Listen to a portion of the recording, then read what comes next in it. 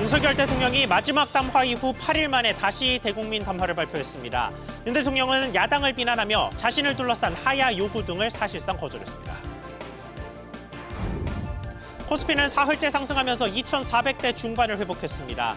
간밤 뉴욕에서는 나스닥이 사상 처음으로 2만 선을 돌파했습니다.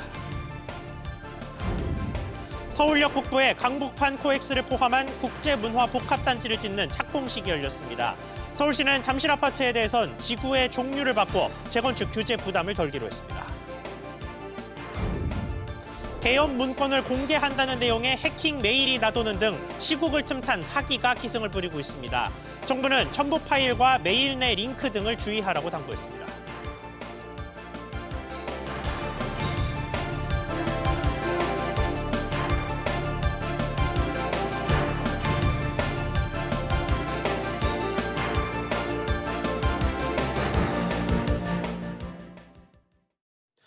여러분 안녕하십니까? 뉴스 시작하겠습니다.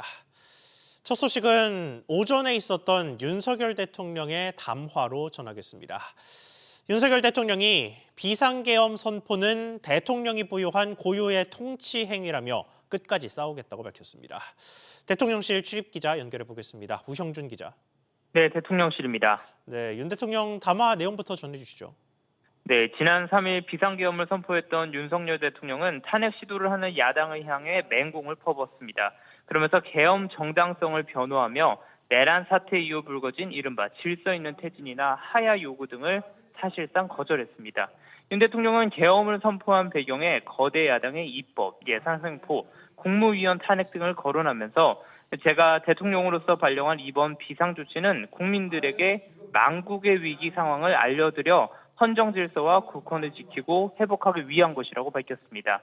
또 윤 정부의 역점 사업이었던 원전 생태계 지원 예산을 비롯해 체코 원전 수출 지원 예산은 90%, 차세대 원전 개발 관련 예산은 거의 전액을 삭감했고 반도체와 바이오 등 미래의 성장 동력 예산, 또 동해가스전 시추, 이른바 대왕고래 사업 예산도 사실상 전액 삭감했다고 말했습니다. 네, 또 계엄을 선포한 주된 이유로 선관위의 부정선거를 언급하기도 했습니다. 네, 윤 대통령은 선거관리위원회에 북한의 침입에 의한 부정 의혹이 있었고 이를 수사하려 했다며 계엄 당시 중앙선관위원회의 계엄군 진입 이유를 설명했습니다.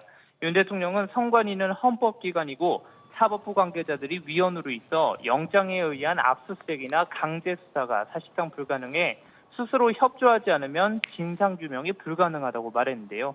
그러면서 지난 4월 총선을 앞두고도 문제 있는 부분에 대한 개선을 요구했지만 제대로 개선되었는지는 알 수가 없다. 그래서 국방장관에게 선관위 전산 시스템을 점검하도록 지시한 것이라며 계엄 선포 이유를 밝혔습니다. SBS 비주 우영준입니다. 윤 대통령의 대국민 담화에 야당은 물론 여당에서도 격한 비판을 쏟아냈습니다. 국회 소식도 짚어보겠습니다. 정대한 기자. 네, 정대한입니다. 네, 한 대표, 한동훈 국민의힘 대표까지 탄핵에 찬성하고 있죠. 네, 그렇습니다. 한동훈 대표는 이런 담화가 나올 거라고는 전혀 예상하지 못했다며 당론으로 탄핵을 찬성해야 한다고 밝혔습니다. 그러면서 윤 대통령의 담화는 반성 아닌 합리화로 사실상 내란을 자백하는 취지였다고도 했습니다. 한 대표는 윤리위원회를 긴급 소집하고 윤 대통령의 출당과 제명 등을 논의하고 있습니다. 지금의 상황을 반성하는 것이 아니라 지금의 상황을 합리화하고 사실상 내란을 자백하는 취지의 내용이었습니다. 저는 당론으로서 탄핵을 찬성하자는 제안을 드립니다. 네, 야당 측의 반응은 한층 더 수위가 높았습니다. 네, 그렇습니다. 더불어민주당 김민석 최고위원은 오늘 담화로 현재 윤석열 대통령의 정신적 실체가 재확인됐다며 극단적 망상의 표출이고 대국민 선전포고라고 지적했습니다. 같은 당 박지원 의원은 미치광이에게 군통수권을 1초라도 맡길 수 없다며 윤 대통령을 당장 체포하라고 촉구했고 이인영 의원도 탄핵이 답이다라며 비판했습니다. 조국 도구혁신사학 대표 역시 내란 수괴이자 과대망상 환자가 범죄를 정당화하고 국민과 야당을 겁박했다며 당장 탄핵해야 한다고 밝혔습니다. 야당은 오늘 두 번째 탄핵소추안을 발의하고 모레 오후 5시에 표결한다는 계획입니다. SBS 비즈 정대한입니다. 이런 정치적 불확실성 속에서도 증시는 사흘 연속 상승을 시도하고 있습니다. 시장 상황도 짚어보겠습니다. 이정민 기자. 네, 이정민입니다. 네, 오늘까지 사흘째 상승세죠. 네, 조금 전인 11시 20분 기준 코스피는 어제보다 13.6포인트 오른 2,450선 중반에 거래되고 있습니다. 개인과 기관이 1,400억 원 넘게 순매수하고 있고 외국인은 1,900억 원 매도 중입니다. 개인과 기관의 매수세에 장 초반 2,460선을 회복하며 상승 출발한 코스피는 오전 있던 윤석열 대통령의 대국민 담화뒤 상승분을 소폭 반납하고 있습니다. 시총 상위 종목을 보면 삼성전자는 어제보다 소폭 올라 54,000원 선 초반에, SK하이닉스와 삼성바이오로직스는 2%대 비교적 큰 폭으로 상승하고 있습니다. 반면 LG에너지솔루션은 하락하며 37만 원 중반까지 밀렸습니다. 코스닥 지수도 오전 중 680선을 회복했다 대통령 담화 후 670선으로 떨어졌었는데요. 현재는 다시 680선 초반에서 거래 중입니다. 원달러 환율은 어제보다 2원 20전 올라 높은 수준인 1,433원 10전에 거래 중입니다. 네, 간밤 뉴욕 증시에서는 새 역사가 쓰였습니다. 네, 오늘은 엇갈린 흐름으로 장을 마쳤는데요. 다우지수는 어제보다 99.27포인트 내린 44,148.56의 거래를 마쳤습니다. S&P 500지수는 49.28포인트 오른 6,084.19에, 나스닥은 347.65포인트 오른 2034.89로 장을 마쳤습니다. 지난달 미국의 소비자 물가 지수가 315.49로 시장 예상치에 부합하면서 나스닥이 1.77% 급등해 처음으로 2만 선을 넘었습니다.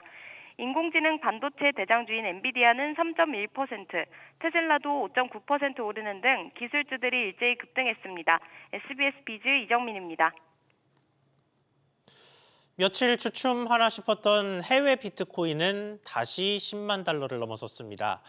미국의 물가지표 발표 이후에 금리 인하 가능성을 시장이 높게 봤기 때문인데 자세히 짚어보겠습니다. 김종윤 기자. 네, 김정윤입니다. 네, 가격 먼저 보죠. 네, 95,000달러를 밑돌던 비트코인 가격은 9일 이후 이틀 만에 다시 반등했습니다. 코인 마켓캡에서 오전 11시 30분 현재 비트코인은 10만 836달러에 거래되고 있는데요.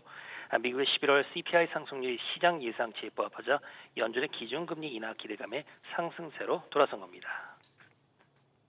네, 미국 물가가 어떤 영향을 준 겁니까? 네, 미국의 지난달 소비자 물가지수 CPI는 전월 대비 0.3%, 1년 전보다 2.7% 올랐는데 10월보다 각각 0.1%포인트씩 상승했지만 모두 시장의 예상대로였습니다.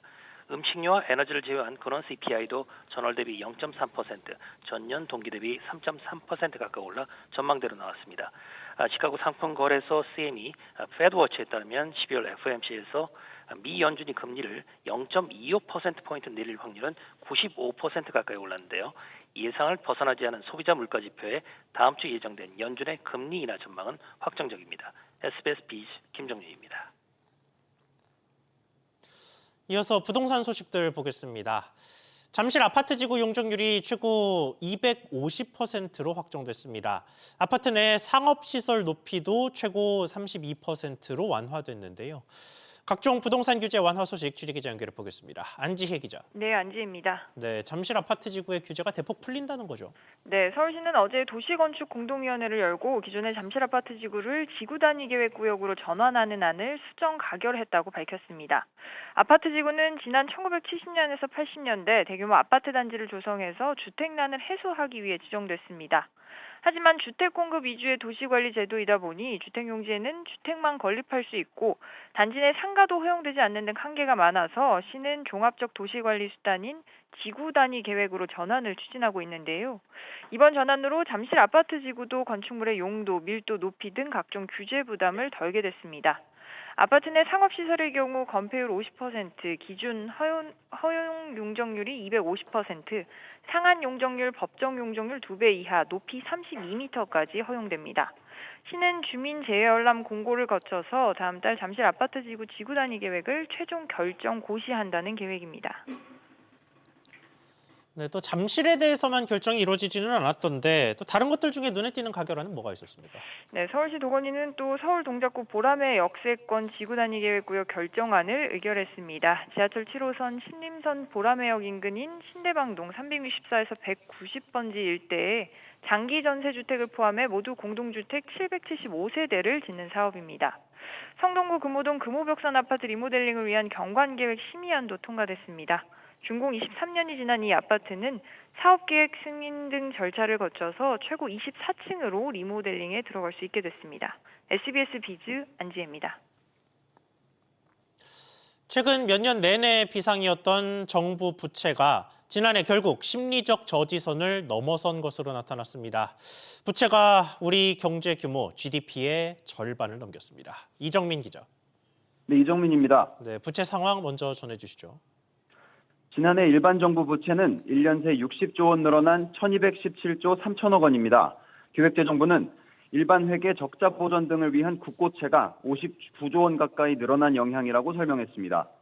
한편 지자체 부채는 지출 구조 조정 등으로 2조 원 줄었습니다. 여기에 비금융 공기업 부채를 더한 지난해 공공부문 부채는 1673조 3천억 원입니다. 1년 전보다 84조 6천억 원 증가했습니다. 한국전력공사와 발전자회사 부채는 약 13조 원 늘었습니다. LH와 GH 부채도 각각 6조 8천억 원, 3조 3천억 원 증가했습니다. 이로써 GDP 대비 일반 정부 부채 비율은 50.7%로 집계됐습니다. 비금융 공기업 부채를 포함하면 69.7%입니다. 네, 정부 부채가 GDP 대비해서 50%를 넘은 게 이번이 처음이죠. 네, 지난 6월 개편된 통계 기준 처음으로 50%를 넘어섰습니다. IMF는 지난 10월 재정점검 보고서를 통해 지난해 우리나라의 GDP 대비 일반 정부 부채 비율을 51.5%로 전망했습니다.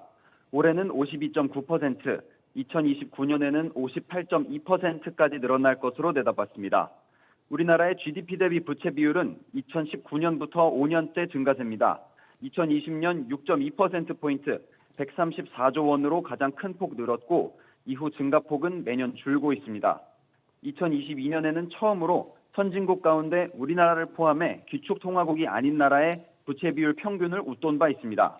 지난해 비기축통화국 11개국의 GDP 대비 부채 비율은 평균 53.7%입니다. SBS 비즈 이정민입니다. 지난 38년간 우리나라 양대 국적 항공사 지위를 이어왔던 대한항공과 아시아나항공이 하나로 합쳐집니다. 앞으로는 뭐가 달라지는 건지 취재기자 연결해서 알아보겠습니다. 윤지혜 기자. 네, 윤지혜입니다. 네, 아시아나항공이 대한항공의 자회사가 되는 거죠. 네, 대한항공과 아시아나 간 기업 결합이 4년 만에 마침표를 찍었습니다. 어제 대한항공은 아시아나가 실시하는 제3자 배정 유상증자에 참여해 신주 취득을 위한 납입을 마무리했습니다. 대한항공은 아시아나의 63.9%를 확보해 최대 주주가 됐는데요. 아시아나는 자회사로 편입이 되고 앞으로 2년간은 독립체제로 운영되면서 물리적 화학적 결합에 집중할 예정입니다. 통합항공사 자산 규모는 지난해 말 기준 42조 8천억 원, 매출은 21조 1천억 원으로 불어나게 됩니다.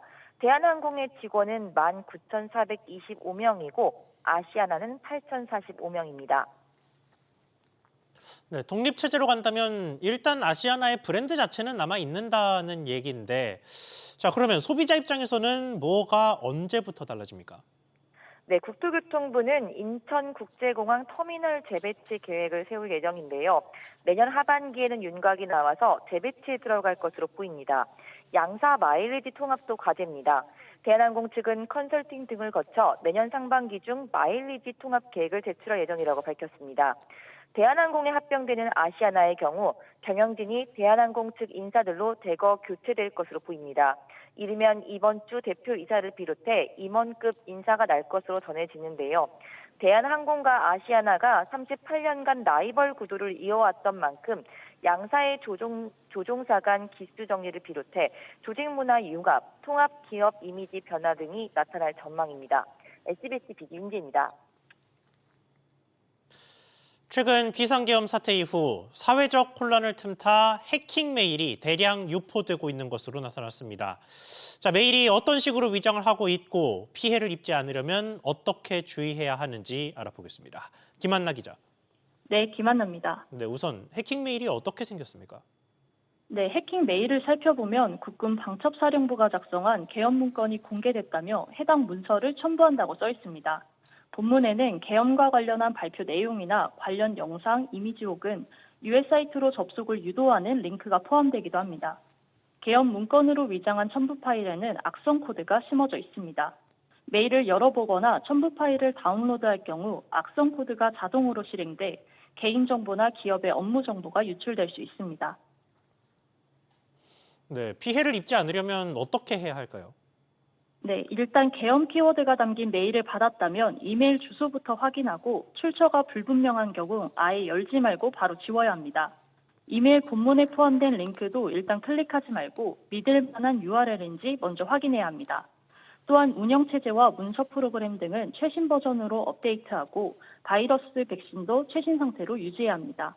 만약 피해를 입었다면 한국인터넷진흥원 보호나라 홈페이지에 신고하거나 118번으로 전화를 걸어 상담을 받을 수 있습니다. SBS 비즈 김한나입니다. 비상계엄의 후폭풍은 각종 제도와 산업계가 전방위적으로 맞고 있습니다만 한창 개혁 작업을 벌이고 있던 의료와 보험은 특히 큰 위기에 빠졌습니다. 개혁을 주도하던 특위가 대형 공백을 맞으면서 이달 발표가 전망됐던 비급여 실손보험 관리 강화 대책이 해를 넘기게 될 것으로 보입니다. 엄하은 기자. 네, 엄하은입니다. 네, 보험 관련해서도 비상계엄의 여파가 이어지는 모습입니다. 네, 금융당국은 이달 말 비급여, 실손보험 관리 강화 대책 등이 담긴 의료개혁 2차 실행 방안을 발표할 예정이지만 병원단체가 의료개혁 특별위원회 참여를 중단하면서 차질이 빚어질 전망입니다. 대한병원협회 등 병원단체 3곳은 비상계엄 포고령에 대한 항의 표시로 의료개혁 특위 논의 참여를 중단했습니다. 의료개혁 특위는 비급여 실손보험뿐만 아니라 전공의 수련 환경 개선과 의료사고 안전망 대책 등 개혁 과제를 논의해온 협의체인데요. 금융위 관계자는 이달 말 2차 개선안을 발표할 것이라면서 오는 16일 보험개혁회의에서 실손보험 개선안 내용을 다룰 것이라고 설명했습니다만 오는 19일 복지부가 열기로 했던 관련 공청회에 의료계가 불참하게 되면서 사실상 반쪽짜리 개선안 내지는 파행이 예상됩니다. 네, 특히나 의료계의 협조가 필요한 비급여 부분이 문제가 되겠습니다. 네, 앞서 금융당국은 공적 영역 비급여 관리 강화와 실손보험의 의료체계 왜곡 축소를 동시에 접근해야 근본적인 문제점 개선이 될 것이라고 설명했는데요. 의료계가 빠진 만큼 실손보험 개선에만 그친 반쪽짜리안이 나올 수 있다는 우려가 이어집니다. 4세대 실손보험의 위험 손해율은 2021년 61.2%에서 올해 상반기 기준 131.4%까지 치솟은 상황입니다. 그동안 업계에선 과잉 공급이 빈번한 비중증 비급여 항목에 대해서 이용 횟수와 보장 한도를 설정해야 한다는 목소리가 있었는데요.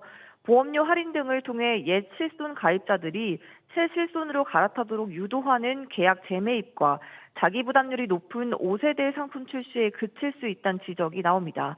SBS 비즈 엄하은입니다. 우리금융그룹에 대해 강경한 입장을 유지해온 이복현 금융감독원장이 장기간 검사한 결과 발표를 미뤘습니다. 이 원장의 강경 기조에 기폭제가 된 손태승 전 지주회장은 또 구속 기로에 놓였습니다. 오수영 기자. 네, 오수영입니다. 네, 정치 불확실성의 장기화로 이복현 원장의 계획이 차질을 빚는 모습입니다. 그렇습니다. 이복현 원장은 현 경제 상황과 금융 여건을 종합 고려해 우리은행 등 금융권 주요 검사 결과 발표를 내년 초로 연기한다고 밝혔습니다. 앞서 이 원장은 지난달 28일 손태승 전 회장 친인척 관련 임종용 현 회장과 조병규 현 행장 재임 중에도 유사한 형태의 불법 대출이 확인됐다면서 이번 달 중순 결과를 내놓기로 했었는데 일정을 미룬 겁니다. 검사 결과 발표가 지연되면 후속 조치인 제재 절차도 순차적으로 미뤄지면서 우리금융그룹이 추진해온 1조 5천억 원대 빅딜, 동양생명과 ABL생명의 인수 합병에도 변수가 될 전망입니다. 당초 금감원이 우리은행 등을 이례적으로 6월부터 지난달 말까지 5개월간 장기 검사하면서 우리금융이 경영실태평가 3등급을 받아 M&A가 무산될 가능성도 점쳐졌었습니다. 자, 이런 가운데 손태승 전 회장 또 법원으로 가죠. 그렇습니다. 서울 남부지법은 오늘 오후 2시부터 손 전 회장에 대한 구속 전 피의자 신문을 두 번째로 진행합니다. 앞서 검찰은 지난달 22일 손 전 회장에 대한 구속영장을 신청했지만 기각됐습니다. 이후 대출 조력 대가성 인사 개입 의혹 등을 보완 수사한 검찰은 지난 9일 손 전 회장에 대한 구속영장을 재청구했습니다. 검찰은 금감원 조사 결과보다 100억 원 많은 450억 원 가량의 대출이 손 전 회장의 지휘 또는 관여하에 불법적으로 취급됐다고 의심하고 있습니다. SBS 비즈 오수영입니다. 앞으로 금융권에서 인공지능 AI 활용이 더 활발해질 전망입니다. 금융당국이 금융권 오픈소스 AI 활용을 통합 지원하는 금융권 AI 플랫폼을 구축할 방침인데요. 취재기자 연결합니다. 박연신 기자. 네, 박연신입니다. 네, 금융권에 쓰일 AI 플랫폼이란 어떤 겁니까? 금융당국이 플랫폼을 만들어 금융회사들이 전문성과 특화성을 지닌 AI 서비스를 개발할 수 있도록 돕겠다는 건데요. 안전과 보안 문제로 내부망에서 사용할 수 없었던 AI 체계를 앞으로 내부망 CPU는 물론 노트북에도 설치할 수 있게 됩니다. 이렇게 되면 금융회사의 역량이 더 높아지게 된다고 볼 수 있는데요. 채용 과정에서 서류 심사에 AI가 도입돼 오류를 줄일 수 있고 효율성을 갖게 된 채용 비리와 같은 문제를 막을 수 있습니다. 또 금융사고도 막을 수 있도록 하는데요. 금융결제원과 신용정보원, 금융보안원 등 유관 기관에서 제공하는 이상거래 탐지 시스템과 금융보안 관련 공익 데이터를 공급받아 은행에서 사용할 수 있게 됩니다. 소비자 측면에서는 어떤 점들이 달라질까요? 금융 전문성을 갖춘 AI 서비스 개발이 되면서 소비자가 이용할 때도 편리해지는데요. 특히 금융 분야 한글 말뭉치가 제공되면서 AI 은행원 기능도 한층 더 높일 것으로 보입니다. 지금까지 AI는 차주라는 단어가 자동차 주인으로 인식했지만 앞으로는 대출 고객으로 보고 이에 대한 일처리를 할 수 있게 될 것이라는 겁니다. 다만 AI는 업무의 보조수단으로 최종 의사결정과 그에 따른 책임은 임직원이 수행한다는 원칙하에 플랫폼 활용이 이루어지는데요. 금융당국은 내년 상반기까지 이번 AI 플랫폼을 구축할 방침입니다. SBS 비즈 박연신입니다.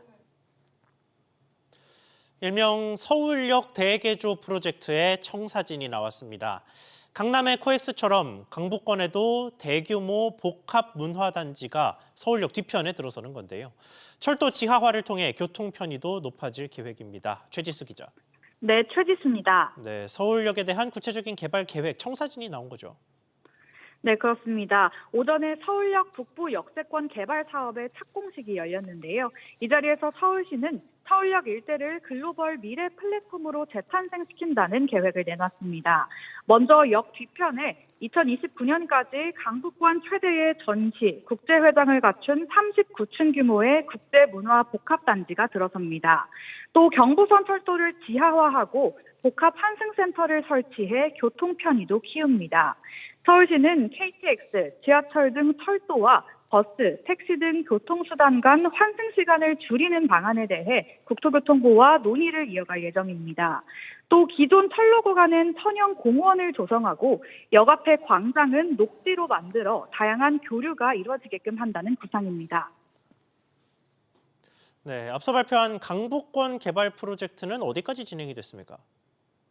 네, 지난 3월 서울시는 강북권을 일자리 중심의 새로운 경제도시로 만들겠다는 계획을 발표했는데요.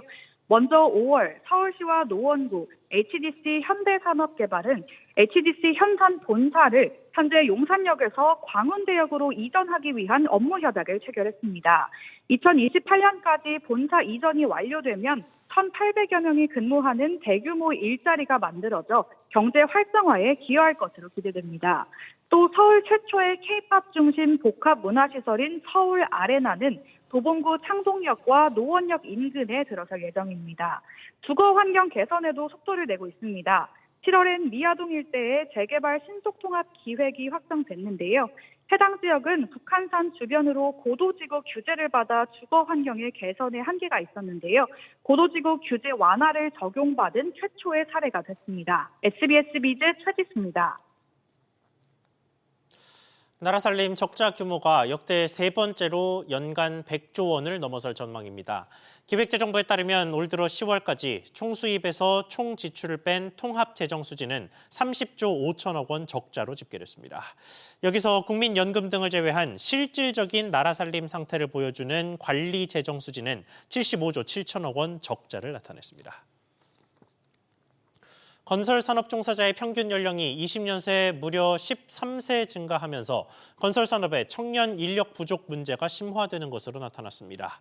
한국건설산업연구원에 따르면 지난 2004년 38.1세였던 건설기술인의 평균 연령은 올해 6월 기준 51.2세로 증가했습니다. 2004년 64% 수준이던 20에서 30대 비중은 올해 6월 15.7%로 감소했습니다.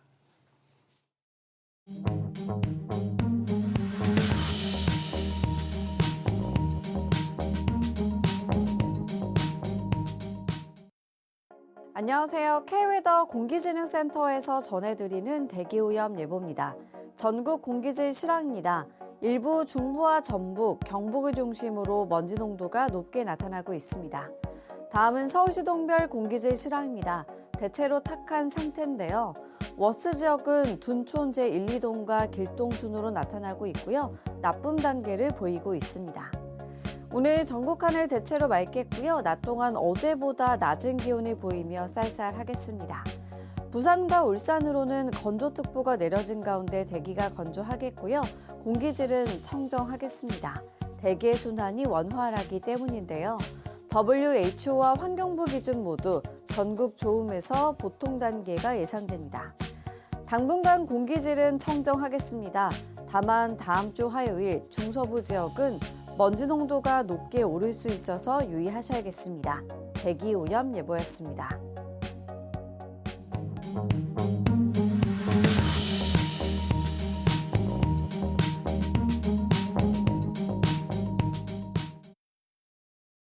뉴스 마치겠습니다. 시청해주셔서 고맙습니다.